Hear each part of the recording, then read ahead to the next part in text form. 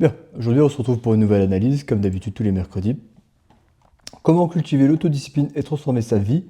Mes secrets de Life of Safia. Bon, j'espère que ça sera intéressant.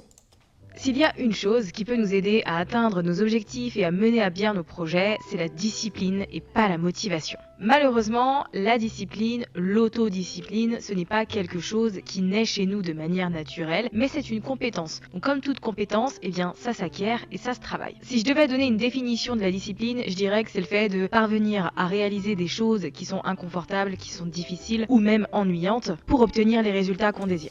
C'est une définition qui est correcte. Parvenir à réaliser des choses inconfortables, difficiles et même ennuyantes pour obtenir le résultat qu'on désire. Alors, je suis à moitié aussi d'accord aussi sur cette définition parce que au final, la discipline, c'est parvenir à ces choses-là, mais c'est aussi prendre du plaisir dans le processus. Donc si vous ne prenez pas du plaisir, si vous ne prenez aucun plaisir dans le processus, eh bien forcément que ça va être un peu plus difficile de parvenir à cela. Mais bon. Et pour moi, la discipline, ça fait partie du self-love. Ça fait partie des choses qui font qu'on se construit une estime de soi et une confiance en soi. Si vous voulez le meilleur pour vous-même, il va tout simplement falloir aller le chercher. La discipline va vous aider à aimer la personne que vous êtes par le fait notamment que ça va vous rendre fier de tout ce que vous faites et de tout ce que vous entreprenez au quotidien. Ce que je trouve vraiment dommage, c'est que pour la plupart des gens, la discipline, c'est synonyme de quelque chose de négatif, c'est synonyme de privation, alors que je pense qu'il faut un peu changer la perspective là-dessus et se dire que le fait d'être discipliné, eh bien, c'est ce qui va nous aider à réaliser des choses qui sont importantes pour nous. Quand on fait des choses parce qu'on les apprécie et qu'on voit clairement. Alors, c'est vrai, pour la majorité des gens, c'est vu comme quelque chose de difficile. Mais c'est ce qu'on revient exactement à ce qu'elle disait au début. C'est que c'est réellement du self-love. En fait, c'est réellement la discipline, c'est la meilleure preuve d'amour que vous pouvez faire pour vous-même parce que c'est travailler, enfin, traverser des difficultés extrêmement dures actuellement pour arriver à un niveau que vous souhaitez plus tard. Donc au final, c'est vous sacrifier maintenant pour une personne future. Et c'est ça que j'appelle réellement on va dire, vraiment ouais, de l'amour propre, quelque part. Donc, et c'est ce que la majorité des gens ne comprennent pas. Enfin, la majorité des gens préfèrent sacrifier leur plaisir à long terme, enfin, leur résultat, leur satisfaction à long terme, pour du plaisir à le court terme. C'est surtout ça. Les avantages à le faire, c'est là que la régularité va se produire. Au fur et à mesure que vous allez développer votre discipline, vous aurez une plus grande estime de vous et vous aurez une confiance en vous qui sera beaucoup plus intense, beaucoup plus forte. Vous allez également être beaucoup plus productive et donc reprendre le contrôle sur votre temps et sur votre agenda. De manière. Oui, la constance mène à la perfection. Le fait de raconter, le fait de travailler, le fait d'être productif tous les jours, eh bien, vous allez améliorer ceci. Le fait de, par exemple, tous les jours, vous vous levez, vous faites votre tâche, eh bien, avec le temps, cette tâche va devenir beaucoup plus facile. C'est le but. Et c'est exactement vrai ce qu'elle dit. En général, vous aurez beaucoup plus d'énergie et de temps et de choses positives qui vont se produire pour vous. Des changements qui opèrent pour vous aider à devenir ce que vous voulez être. Je ne dirais pas que je suis la personne la plus disciplinée qui existe, puisque bien évidemment, il m'arrive encore de ne pas réussir à me lever ou de vouloir skipper une séance de sport. Je suis loin d'être. Alors, moi, je me permets de dire que je suis la personne la plus disciplinée que je connaisse. Honnêtement. La plus disciplinée, je pense que c'est David Goggins, mais David Goggins, il est tellement dans ce travail dur que pour moi, je ne suis pas encore là. Je ne suis pas encore à ce niveau. Mais moi, je me lève tous les matins à 4 heures, je vais courir tous les matins, je fais les choses à faire tous les jours, donc ça fait près de 3 ans, 4 ans, 5 ans que je fais même ça. Donc pour moi, oui, je suis la personne la plus disciplinée, mais j'ai tellement travaillé ce muscle de discipline, d'autodiscipline que je suis arrivé à ce niveau. Parfaite. Pour autant, il y a des petits process que j'ai mis en place et qui m'ont aidé à apporter plus de discipline dans ma vie. C'est ce qui m'a permis notamment d'avoir une routine sportive régulière depuis 1 an maintenant. C'est ce qui me permet également d'avoir une activité professionnelle que j'entretiens et que je développe. C'est ce qui m'aide aussi au quotidien à travailler sur moi-même. Donc toutes les petites choses que j'ai pu mettre en place de mon côté, je vous les partage dans cette vidéo en espérant que ça puisse également vous aider ou en tout cas vous inspirer à apporter un peu plus de structure dans votre quotidien. J'aurais tendance à dire que le plus compliqué, c'est vraiment de faire le premier pas et de se donner un élan. Et pour ça, j'aime bien prendre des. Très vrai. Le plus compliqué, c'est tout le temps le début. Quand vous êtes au début, ça va être extrêmement compliqué parce que vous n'avez pas l'habitude de le faire. Vous n'avez pas l'habitude de simplement adapter votre cerveau. Et c'est le problème de la majorité des gens. Au début, ils voient que c'est trop compliqué et au bout de 2, 3 semaines, ils ne voient pas les résultats et ils abandonnent immédiatement. Alors que les résultats sont là. Ils sont simplement invisibles. Plus vous allez avancer, plus ces résultats avanceront avec vous et forcément, vous les verrez à un certain moment. Mais ça prend du temps. Tout bon chemin prend du temps. Toute bonne chose prend du temps. exemple de YouTube, parce que j'ai fait partie de ces gens qui ont eu envie de lancer une chaîne YouTube mais qui ont procrastiné pendant très longtemps. Et en fait, on nous dit souvent que le plus dur c'est le premier pas, et c'est vrai, parce que tu mets une vidéo un jour, tu sautes le pas et tu te rends compte déjà que tu survis, et de deux que tout le monde s'en fout, et que donc tu peux continuer, tu peux expérimenter, tu peux continuer à produire, et en fait après si tu kiffes ça, tu t'arrêtes plus. Et en fait, la discipline c'est vraiment ça. Le plus compliqué c'est de créer un momentum, puisqu'une fois que la machine est en route, avec les bonnes habitudes, on a la possibilité de la maintenir. Pour développer sa discipline, la première étape à mon sens, c'est d'éliminer les frictions. Donc ça veut dire se faciliter la vie au maximum. Je sais par exemple que j'ai CrossFit le mercredi et le vendredi. Donc le mardi soir et le jeudi soir, je prépare mes affaires de sport. Comme ça, je me lève le matin, je réfléchis pas. Il n'y a pas de est-ce que j'ai envie d'y aller, comment je vais m'habiller, oh là là, je suis fatiguée ce matin. Non. Oui, en fait, ça joue beaucoup sur la volonté. Plus vous allez travailler sur votre volonté, plus vous allez utiliser votre volonté, plus derrière les choix seront bien plus difficiles. Et effectivement, c'est quelque chose, ce qu'elle est en train d'expliquer, c'est quelque chose qui est très vrai. Le matin, vous décidez des vêtements que vous allez porter. Demain, ça vous évitera d'y réfléchir. Et forcément, euh, ça va vous permettre de choisir, enfin de garder votre volonté et de pouvoir avancer sur les projets que vous souhaitez réellement. Je me lève, mes affaires sont déjà prêtes, j'ai juste à les enfiler et ensuite il n'y a plus qu'à y aller. J'ai par exemple une vidéo à tourner, la veille, je vais préparer tout mon bureau. Je vais faire un peu de rangement, si j'enregistre là comme dans mon salon, je vais tout nettoyer, tout ranger la veille. Et en fait, il y a plein de... Alors ça, je suis pas totalement d'accord. Pour moi, c'est une habitude. C'est-à-dire que je fais la cuisine, dès que je finis la cuisine, hop, je fais la vaisselle. Si j'ai pas vraiment envie de faire la vaisselle, j'ai une machine à laver que j'utilise très rarement. Machine à laver et je nettoie mon plan de travail. Ça, c'est une habitude que j'ai pareil. Je me lève de mon lit, immédiatement je fais mon lit. Hop, c'est fait. Je sors de la salle de bain, immédiatement je nettoie toute ma salle de bain. Je nettoie les trucs qui sont dégueulasses. Et c'est vraiment une habitude chez moi. C'est-à-dire que à chaque fois que je laisse, j'utilise quelque chose derrière, je le nettoie. Je travaille, hop, j'ai fini de travailler, je nettoie ma table et c'est bon. Parce que ça me permet d'avoir un environnement qui est toujours structuré et c'est l'environnement qui vous permet de gagner. L'environnement va vous permettre de vous pousser à aller de l'avant. Tout ce que vous voyez ici, c'est dans votre tête. C'est ce qui se passe dans votre tête et c'est une réalité. petites choses que vous pouvez faire au quotidien pour vous faciliter la vie, arrêter de réfléchir et faire en sorte de fonctionner entre guillemets en pilote automatique. C'est pour ça qu'il y a plein de gens qui meal prep, parce que ça leur permet déjà de gagner du temps, mais aussi et surtout de s'assurer de manger sainement, de manger équilibré, même quand à la flemme de cuisiner. Donc ça fait partie de la première étape et des petites habitudes que vous pouvez mettre au quotidien. Donc pour éliminer les frictions, bien évidemment, vous devez être au clair sur ce que vous faites au quotidien. Donc faites une petite liste de toutes vos habitudes, de toutes vos petites routines, de toutes les obligations que vous avez entre guillemets, et voyez comment est-ce que vous pouvez éliminer les frictions, comment est-ce que vous pouvez vous faciliter la vie. C'est un très bon conseil que je donne aussi, c'est faites une liste de vos habitudes. Donc déjà, il y a deux techniques par rapport à cela, mais je vais vraiment rester sur ce qu'elle est en train de dire. Faites une liste de vos habitudes. Ok, par exemple, demain je vais à la salle de sport, ok, le sac doit déjà être pris la veille. Euh, Demain je vais partir, enfin demain je dois aller travailler à la BU de 14h à 19h. J'aurai pas le temps de rentrer chez moi pour manger, ok, pas de souci, je vais préparer mon repas en avance. Pensez comme ça. Toujours, comment est-ce que je peux optimiser cette petite chose? Tout le temps, tout le temps, tout le temps. Et vous verrez la différence sur le long terme. Pour que, une fois le moment venu, de faire X ou Y chose, vous n'ayez plus qu'à, entre guillemets, puisque tout le contexte autour est déjà prêt, est optimisé. Je dirais également que c'est très important de commencer doucement et de ne pas se brusquer. Il y a des personnes qui ont tendance à être un peu trop intenses et qui, du jour au lendemain, mettent en place, dans leur vie, des changements hyper radicaux. Oui, alors c'est un peu trop intense, c'est surtout des personnes qui sont extrêmement motivées. Ils sont là, oh, je suis vraiment motivé à changer ma vie. Du jour au lendemain, ils essayent de tout changer, ils sont radicaux. Et on les voit en 2-3 semaines échouer. Pourquoi? Parce qu'ils n'ont pas pris le temps de prendre ce temps pour transitionner de leur vie passée à leur vie future. C'est ce que je disais exactement dans l'une de mes vidéos, les 3 erreurs sur l'autodiscipline. La première erreur, c'était celle-ci, la phase de transition. Les gens veulent aller trop vite et ce n'est pas le cas. Il ne faut pas aller trop vite, il faut prendre le temps. Les bonnes choses prennent du temps. Chaque chose en son temps. Et qui se demandent ensuite pourquoi ils n'arrivent pas à tenir sur le long terme et pourquoi ils finissent par abandonner. La réponse très souvent, c'est que faut commencer petit à petit. Je peux pas être moi aujourd'hui et demain courir un marathon. Il y a un écart qui est un peu trop grand entre la Safia d'aujourd'hui et la Safia du marathon, donc je sais que je vais devoir commencer tranquillement pour arriver à cet objectif-là. Faut pas oublier que notre cerveau est programmé pour éviter tout ce qui est difficile et nous garder dans ce qui est confortable et ce qui est prévisible. Plus vous mettez en place de grands changements, plus vous allez ressentir de la résistance. Alors que si vous avez certes de grands changements, mais que vous les décomposez en petites étapes et que vous commencez tranquillement... Oula, je trouve que la vidéo est beaucoup trop lente. Je vais mettre une vitesse à 1,25, 1,5. eh bien vous allez créer un momentum sans même vous en rendre compte. Je vais prendre un exemple tout bête. Si vous décidez qu'en 2024, eh bien vous allez marcher 10 000 pas par jour, eh bien vous n'allez pas passer d'une personne qui marche 300, 400 pas, allez 1000 pas par jour parce que vous avez un job sédentaire au lendemain à une personne qui en marche 10 000. Vous avez besoin de faire les choses de manière progressive. Donc dans un premier temps, vous allez faire en sorte de marcher 4 000 pas. Une fois que vous êtes à l'aise et que c'est une bonne routine qui est mise en place, eh bien vous allez marcher 7 000 pas. En fait, c'est comme ça que vous allez arriver aux 10 000 pas, c'est en commençant doucement et en décomposant les choses et en faisant étape par étape. Si vous voulez adopter une alimentation plus saine, moi ce qui m'a aidé personnellement, c'est de faire petit à petit. Et donc dans un premier temps, de retirer un aliment qui n'est pas bon pour ma santé. Par exemple, j'ai arrêté le soda pendant un certain temps, quelques semaines. Une fois que voilà, je me suis senti un peu détox parce que c'est quand même une addiction au sucre. Une fois que j'ai senti que j'étais plus addict au sucre et que au niveau des sodas, c'est bon, je pouvais m'en passer, j'en avais plus du tout envie. Eh bien, j'ai continué et j'ai enlevé une autre chose et c'est ce qui m'aide à avoir des habitudes beaucoup plus saines. Bien évidemment que de temps en temps, je vais me boire un petit verre de soda quand je suis avec des amis ou au restaurant ou autre, mais chez Ouais, voilà, c'est exactement ça.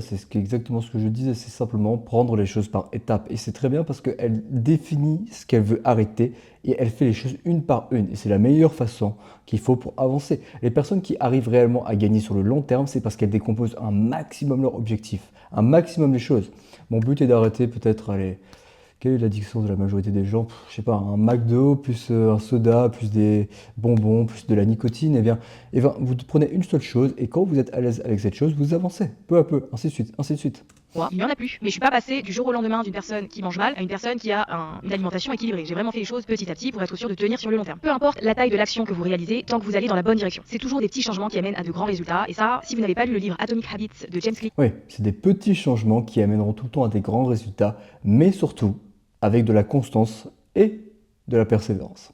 qui en français s'appelle Un rien peut tout changer, eh ben, n'hésitez pas à le lire parce qu'il explique Je l'ai pas lu, mais je sais qu'il y a beaucoup de personnes autour de moi qui m'ont dit que je l'ai lu. C'est un des seuls rares livres de développement personnel que je n'ai pas encore lu, mais ça ne devrait tarder.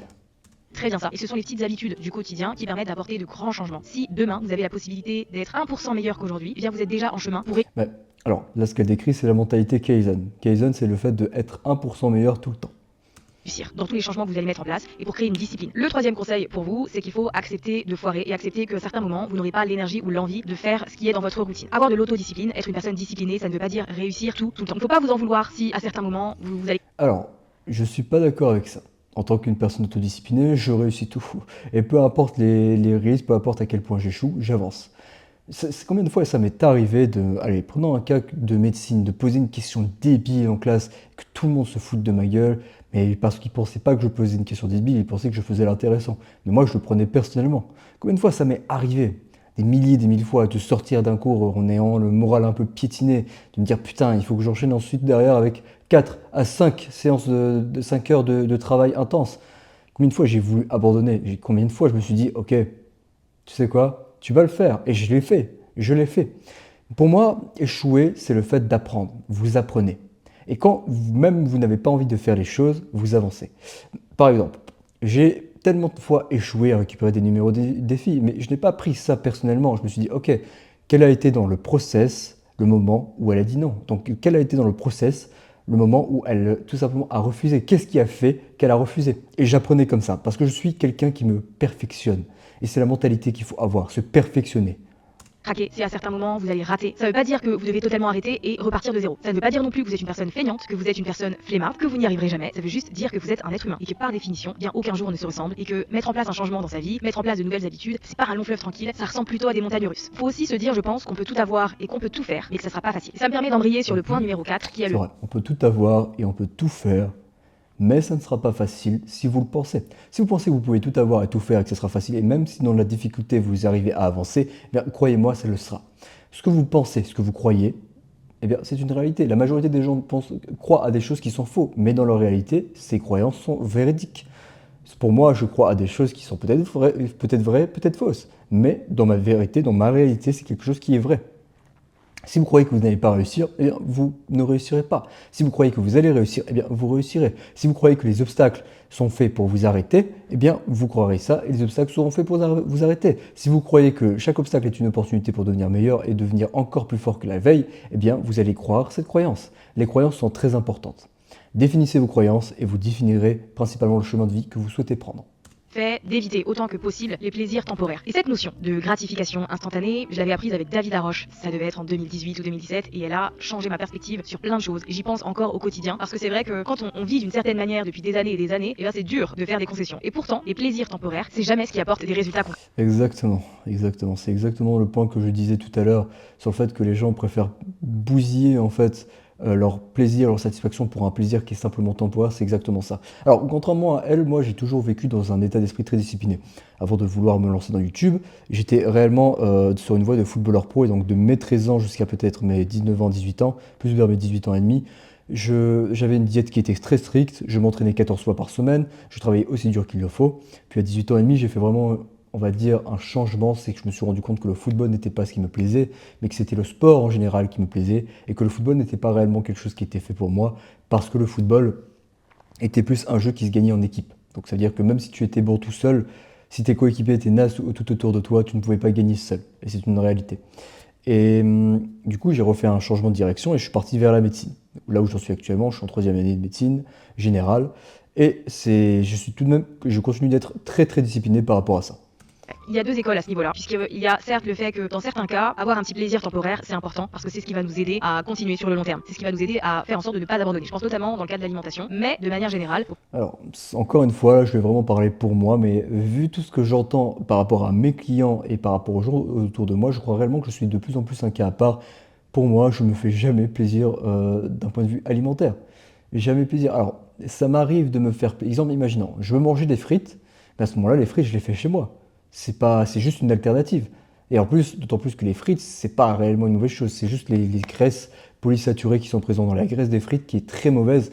Mais imaginons si vous faites des frites chez vous, eh bien la graisse, et vous prenez comme par exemple, allez, prenons de l'huile d'olive qui comporte du bon cholestérol et bien d'autres types de graisses, eh ben, ça va forcément être meilleur. Donc je comprends pas cette notion de vous faire plaisir. Bon, ça reste encore une fois par rapport au profil de la personne, mais pour moi ce n'est pas le cas. pas que ça devienne récurrent et régulier non plus. Il faut aussi se résister à toutes les tentations qu'on peut avoir et qui, on le sait, ne sont pas bonnes pour nous. Peu importe ce que c'est dans votre quotidien, que ce soit une activité, que ce soit à manger, que ce soit une personne, peu importe ce que c'est, faut parfois résister aux tentations, il faut parfois dire non quand on sait que c'est mauvais pour nous. Je pense que Bah, c'est très vrai, c'est très très vrai. Il faut résister aux tentations. De toute façon, plus vous habituez à vous dire non sur quelque chose, plus ça sera facile sur le long terme à se séparer. Prenons un exemple d'un coca, plus sur le court terme vous dites non, non, non, non, non, non, non, je ne prends pas de coca, bah, en 2 3 mois, croyez-moi que c'est très vite oublié ces habitudes. c'est un entraînement qui prend du temps, d'éliminer complètement toutes les distractions temporaires comme ça. Et c'est pas quelque chose qu'on va pouvoir mettre en place du jour au lendemain. En fait, faut en avoir conscience. L'une des choses qui m'a le plus causé défaut à ce niveau-là, dans les plaisirs temporaires, c'est que j'ai été pendant très longtemps le genre de personne qui se disait qu'elle était performante et productive dans l'urgence. Et écoutez-moi, si vous êtes le genre de personne qui dit ça aujourd'hui, c'est une excuse. Je suis désolée de vous le dire, et c'est une excuse qu'on se donne pour procrastiner un peu. Et on va faire des choses comme jouer à la Switch, faire une sieste, se reposer, etc., mettre à plus tard ses révisions pour ses examens, un projet sur lequel on travaille parce qu'on se dit qu'on a le temps et que de toute façon on va y arriver. Ça, j'ai vécu avec mon livre notamment. Et je dois vous avouer, On n'a jamais le temps, c'est une réalité. On n'a jamais le temps. Et moi, je suis quelqu'un enfin, je procrastine jamais. Ça m'arrive de procrastiner, mais quand je procrastine, c'est principalement soit je suis en train de jouer du piano parce que j'ai une longue journée et que j'ai pas envie la majorité du temps de me faire un repas, mais je me joue peut-être 10-15 minutes du piano, 10-15 minutes de piano avant de retaper le repas parce que je m'oblige à me le faire. Soit c'est parce que je suis en train de lire, parce que j'ai pas envie de travailler et que je me pose 10 minutes, 15 minutes pour lire, pour réellement souffler, avant d'enchaîner vraiment 3 à 4 heures de travail intense.